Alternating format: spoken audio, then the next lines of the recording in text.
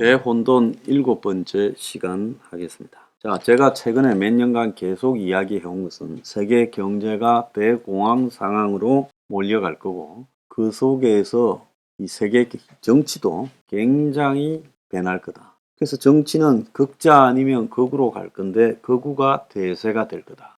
자, 이 상황을 보면 1930년대, 20년대에 독일과 미국의 대공황, 그리고 독일의 파시즘화, 그리고 이탈리아의 파시즘화, 일본의 군국주의화와 굉장히 유사한 형태로 지금 가고 있다는 겁니다. 그래서 이 정치가 파퓰리즘으로 가게 되면 그 파퓰리즘이 긍정적인 포퓰리즘으로 가야 되는데, 대체적으로는 과거로 회귀해서 극우적 파퓰리즘으로 가게 되면서 그 나라를 망치고 그 나라 국민들을 고통에 빠뜨리면서 계속 굴러가면서 정치가 정상화되지 못할 가능성이 크다. 그래서 경제의 붕괴는 대중들로 하여금 극우 파퓰리즘이 오게 만들고, 그 극우 파퓰리즘은 나중에 필연적으로 파시즘으로, 권위적 독재 체제로 갈 수밖에 없다는 겁니다. 그래서 세계 경제가 어떻게 흘러가고 세계 상황이 어떻게 흘러가는지 모르고,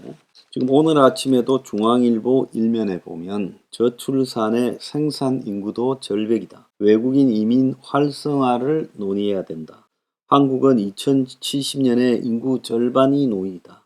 올해 출생한 신생아가 25만 명도 안 된다. 그래서 미국과 독일이 이민을 통해서 생산 인구를 확보한 것처럼 한국도 이민 활성화를 이렇게 도모해야 된다. 이런 황당한 소리를 하는 거예요. 그래서 저런 것들이 이제 극우 파퓰리즘이 번성하게 되는 이 씨앗을 제공하고 있습니다. 지금 이탈리아에서는 극우 정당 연합이 거의 승리하는 것이 확실시 되어가고 있습니다. 자, 이탈리아에는 이탈리아 형제들이라는 그런 이 극우 정당, 그리고 리가라는 그런 정당, 또 과거에 이탈리아 총리를 했던 이 실비오 베를루스코니가 설립한 전진 이탈리아당, 이 세 당이 극우 정당 연합을 구성하고 있는데, 그 중에 조르자 멜로니라는 극우 여성 정치인이 이끄는 이탈리아 형제들이라는 당의 비중이 제일 높다고 합니다. 지금 그 선거 결과를 보면 이탈리아 형제들이라는 정당이 최대 26%까지, 그리고 동맹이라는 정당이 12.5%까지, 그리고 전진 이탈리아가 8%까지 득표율을 기록했어요. 그래서 전체적으로 한 46.5%까지 득표율을 기록을 한 걸로 보이고, 이탈리아의 민주당, 이탈리아의 좌파 연합이 구축한 표를 보면 한 30%가 안 될 걸로 나오고 있어요. 그래서 결국은 이 정당으로 보면 좌파 정당인 민주당이 21%까지 득표해서 지금 이탈리아 형제들 이어서 2등을 했지만은, 서로 연합 정당의 규모 면에서 극우가 훨씬 우세해서 결국은 우파 정당의 집권이 확정됐습니다. 그래서 민주당은 벌써 선거 패배를 인정하고 주요 야당으로 자기 정부를 견제할 거라고 하고 있고, 또 좌파 파퓰리즘에 속하는 오성운동이라는 정당도 17.5%로 제3위 세 번째 정당이 되었어요. 자, 그래서 지금 멜로니가 총리직을 맡을 거는 거의 확실해졌고, 이 우파 극우 정당끼리의 연합에서 총선 전에 사전 가장 득표를 많이 한 당에서 총리 후보가 나온다고 합의가 돼 있기 때문에, 멜로니가 이제 총리가 되면 이탈리아 역사상 최초의 여성 총리이자 무솔리니 이후 최초의 극우 지도자가 된다는 겁니다. 그래서 이탈리아가 극우 정당이 지배하는 나라가 됐어요. 그래서 유럽의 흔히 큰 나라는 세 개죠. 하나는 이제 독일, 프랑스, 이탈리아, 영국은 또 EU에서는 벨기에고요. 그런데 이 나라들 중에 이탈리아에서 메이저 국가들 중에 처음으로 극우 정당이 집권하게 되었습니다. 자, 멜로니 또한 이탈리아와 EU 상황이 매우 복잡하고 EU는 멜로니의 극우 정당 부분에 대해서 견제를 하고 또 이 멜로니를 뺀 나머지 극우 정당 지도자, 심지어 멜로니까지도 일정하게 친푸틴 성향을 띄워왔어요. 그러니까 웃기는 거죠. 이 극우 유럽의 극우라는 것들이 푸틴과 가깝다. 그럼 이거 푸틴도 그러면 히틀러 같은 파시즘이라는 말 아니겠습니까? 그래서 이탈리아 형제당에게는 사상 처음으로 기회가 왔지만은 이 여자가 제대로 저 복잡한 이탈리아 정치를 끌어갈 거냐? 그게 매우 우려된다. 자, 이자가 그 코로나 이후에 드라기라고 유럽 중앙은행 총재를 지낸 이탈리아에서 제일 똑똑하다는 사람의 극우 내각에 참여했다. 결국은 발을 빼고 독자 노선으로 가겠다 하면서 지금 드라기 이 극우 내각이 무너지고 이제 본인이 직접 총리가 된다.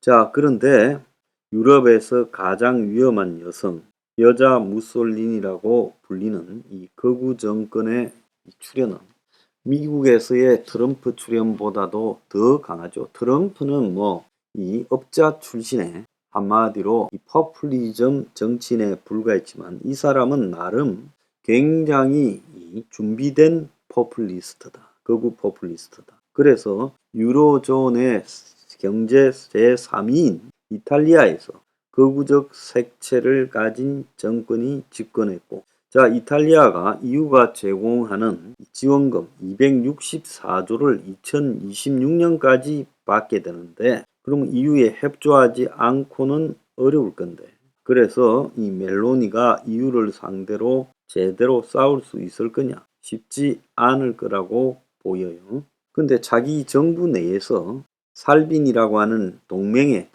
지도자, 이것도 극우정당, 또 베를루스코니, 이 사람 보통 사람이 아니죠. 이런 사람들이 다 자기 주장이 강하기 때문에 극우 연합이 계속될 거냐 아니면 이 푸틴에 대한 제재를 놓고 분열될 거냐 하는 것이 지금 관건입니다. 자, 극우가 지배하고 하니까 투표율은 이전에 73%가 역대 최저였는데 64로 극단적으로 떨어졌습니다. 자, 이것은 파시즘으로 가는 보편적인 현상 중에 하나죠. 대중 다수는 정치의 환멸을 느끼면서 그래도 열렬한 지지자들이 투표에 참가해서 표를 던져서 결국은 극우가 지배해 가는 것. 자, 이 여자가 이제 위험한 부분은 지난번에 그 서아프리카에서 기니에서 망명한 23세 여성이 이탈리아 북부에서 우크라이나 국적 55세 백인 여성을 성폭행하는 장면이 담긴 동영상을 올린 적도 있고, 또 난민 성소수자 이유에 극렬하게 반대해왔고, 집회에서 나는 여자 어머니 이탈리아인 기독교도라고 했고, 이것은 무솔리니가 자주 쓰던 신, 조국, 가족을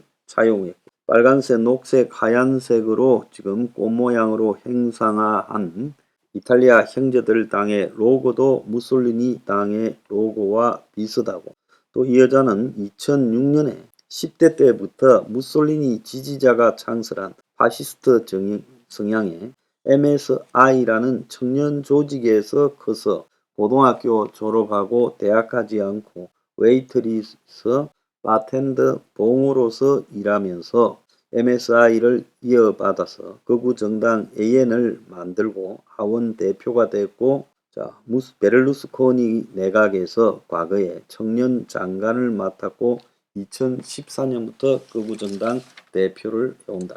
자, 지금 우크라이나가 결국은 러시아가 30만 명을 갖다가 동원령을 때리면서 러시아 국민이 해외 탈출 러시가 지금 이루어지고 있고, 자, 푸틴은 일단 밀리고 있는 전선을 고착시키고 자기 땅으로 만든 다음에 여기에 이제 투표를 해가 지금 병합한 우크라이나 점령지가 자기들 땅이라고 강제 지금 병합 주민 투표를 억지로 하고 있어요. 그래서 투표지를 비밀 공개 뭐 이런 투표가 아니라 그냥 완전히 짜고 치는 투표로 하고 있고, 국방비를 지금 43%를 정액해서 장기전을 포석을 꺼내고 있고, 중국도 지금 러시아하고 이 관계에서 변심을 해서 휴전을 꺼내고 서방과 회담에 들어가고 있고, 또 러시아 내부에서 엑소도스가 있는데 이 폴란드나 발틱 상국은 그들을 받아주지 않겠다. 러시아에서 얼마나 고통스러운지 견디고 또 싸우라 이러고, 이유는 탈영병들은 받아주겠다고 하고 있습니다. 그리고 젤렌스키는 탈영병의 신상 등을 감춰주겠다. 그래서 앞으로 전부 탈영을 하라 했고, 결국은 이 화이트 칼라는 동원해서 제외했다라는 이야기까지 나오고 있습니다. 자, 지금 푸틴이 저렇게 가는 모습 또한 결국 전쟁으로 치달려간 이탈리아 무솔리니, 독일의 히틀러, 일본의 군부와 똑같은 양상으로 가고 있는 모습을 보여주는 거예요. 그래서 지금 대공황의 위기가 시작되고 있고, 유럽에서 세 번째 큰 나라 이탈리아, 영국 제외하고요. 이탈리아에서 완전 오리지널 극우가 집권을 했고, 그리고 경제는 계속 어려워가고 붕괴 직전이고, 그 속에서 지금 푸틴은 이제 전쟁을 확대시켜가고 핵까지 사용하려 하고, 그래서 지금 2차 대전 직전처럼 똑같이 가고 있다는 거예요. 2차 대전 때 영국, 네덜란드, 스웨덴 등 유럽 각국에서 파시스트들이 활개를 쳤어요. 자, 포퓰리즘이 극우 파시즘으로 가는 것은 포퓰리즘이 가장 나쁜 방향으로 가고 있는 좋은 예를 보여주는 겁니다.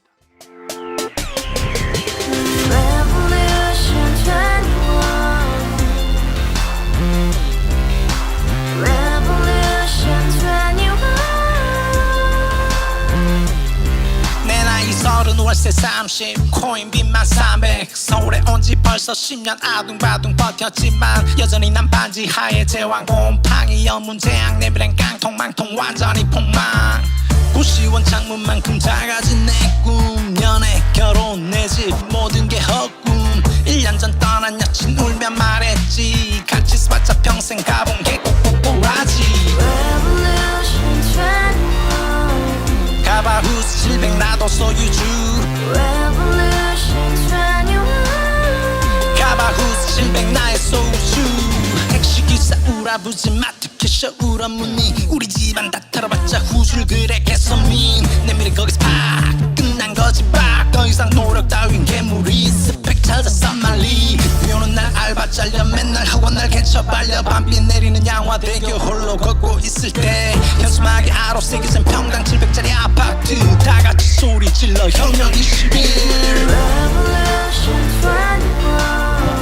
가바후스 700 나도 소유주 가바후스 700 나의 소주 Together in the house, brand new day, and your dream had just begun. Revolution 21, only hope and happiness. 너의 곁에 내가 영원히 함께. 지금까지 정치인들 입만 열면 찝찝찝 개소리 멍멍멍